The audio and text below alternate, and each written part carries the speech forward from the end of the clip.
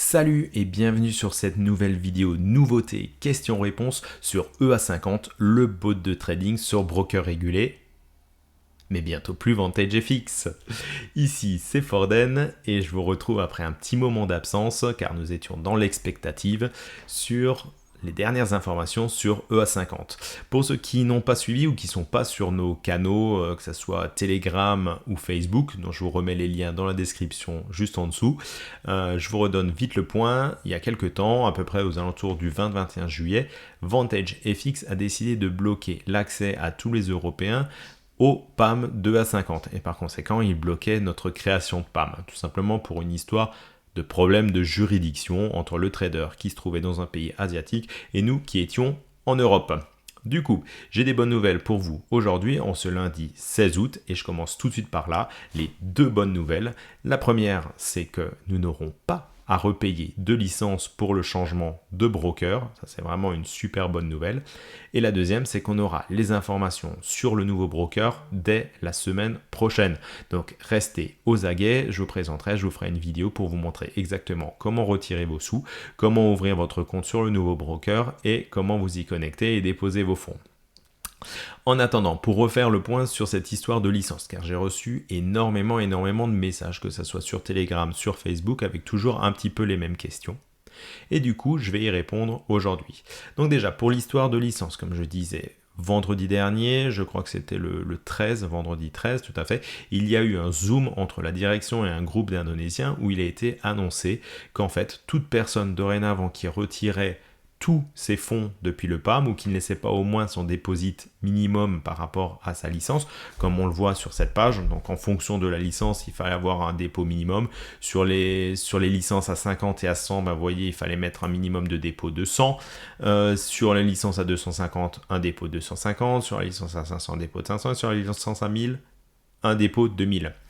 Donc par conséquent, la direction de A50 a annoncé, voilà, si jamais vous retirez toutes vos billes, ou si du moins vous ne laissez pas au moins le montant minimum sur votre PAM, mais dans ce cas-là, vous perdez votre licence, et par conséquent, vous allez devoir réouvrir un nouveau compte et repayer une licence. Ce qui est un petit peu normal, c'est habituel sur ce genre de système, sur les robots, sur les IA. Si on ne laisse pas le minimum, en fait, il faut repayer sa licence. Sur certains business, il faut même des fois repayer sa licence après un certain nombre de filleuls ou après une certaine période. Donc moi je trouve que c'est quelque chose de tout à fait normal.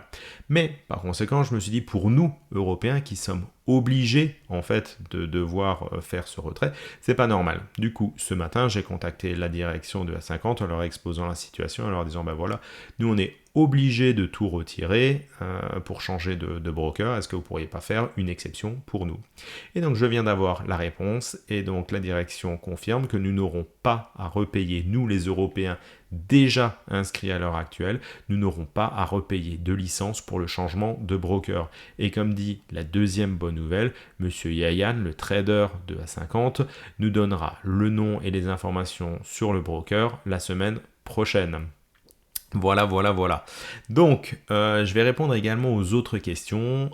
J'en ai eu sur EA50, à savoir, on a vu qu'il y a plusieurs PAM. Déjà, combien y en a-t-il? À l'heure actuelle, il y a 3 PAM. Les Européens sont sur 2 habituellement, sur le numéro 1 et sur le numéro 2, vu qu'en fait, le numéro 3 a été créé après que les Européens soient bloqués. Donc, en toute logique, normalement, il ne devrait pas y avoir d'Européens sur le 3e PAM. On me demande également, mais pourquoi est-ce qu'il y a des différences de résultats entre les PAM 1 et le PAM 2 ? La réponse est assez simple. En fait, l'équipe des traders de A50 rencontre plusieurs problèmes. Déjà, ils ont l'habitude de traiter sur un seul PAM, donc de passer les trades une seule fois. Là, ils sont obligés de les passer sur 3 PAM différents, car le logiciel de VantageFX qui est censé recopier les trades à l'identique entre les différents PAM ne fonctionne pas. Et de plus, il y a ce qu'on appelle un effet de levier qui est différent entre les différents PAM. C'est un langage un petit peu technique, on n'a pas besoin d'aller plus loin, c'est simplement ce qui explique pourquoi on a des différences entre les différents PAM. Et dernier point quand même assez important, c'est que le trader principal, M. Sofiane Yayan, doit également depuis quelques semaines traiter avec les nouveaux brokers, les vérifier, faire des échanges, des zooms et surtout faire des essais sur ces nouveaux brokers pour voir si ces trades vont bien passer, s'il va pouvoir continuer EA50 pour nous les Européens sur ce nouveau broker. Donc il est un petit peu partout et par conséquent il a du mal à conserver les mêmes trades sur l'ensemble des PAM. Alors il nous a promis que ça devrait changer à partir d'aujourd'hui, lundi 16 août, on va voir ce que ça donne. Ensuite, on avait des questions sur VantageFX et je pense que j'y ai du coup déjà répondu.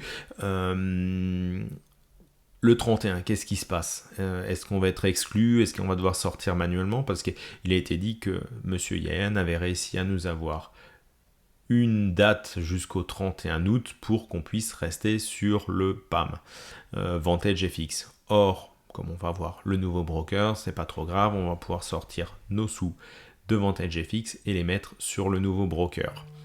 Les délais de retrait sont actuellement entre 1 et 3 heures et ça met au maximum 24 heures pour pouvoir retirer ces fonds du PAM. Alors, à savoir juste une petite chose, pour éviter de vous faire refuser le retrait du PAM, il faut bien garder à l'esprit ce que j'ai donné comme information juste avant. C'est-à-dire que soit en fait on retire l'intégralité de ce qu'on a sur son PAM, soit en fait on retire moins que ce qu'il faut pour laisser au minimum, comme vous voyez sur l'écran, le dépôt minimum sur ce compte. Donc on va prendre par exemple sur une licence Pro Trader à 500 €, d'accord? Si jamais vous avez 2500 sur votre compte, il ne faudra pas retirer plus de 2000 et laisser au moins 500, sinon votre retrait va être refusé. Ou alors si vous avez 2500, vous demandez l'intégralité. Mais vous ne pouvez pas demander 2050, 2100, 2150, etc. Vous pouvez soit demander moins, soit la totalité. Mais pas d'inquiétude, tout ça comme dit, je vais vous remontrer au moment où nous devrons ressortir du PAM. Voilà, je pense que c'est à peu près tout pour cette vidéo. Je la fais assez courte délibérément, surtout comme dit pour répondre à toutes les questions que j'avais.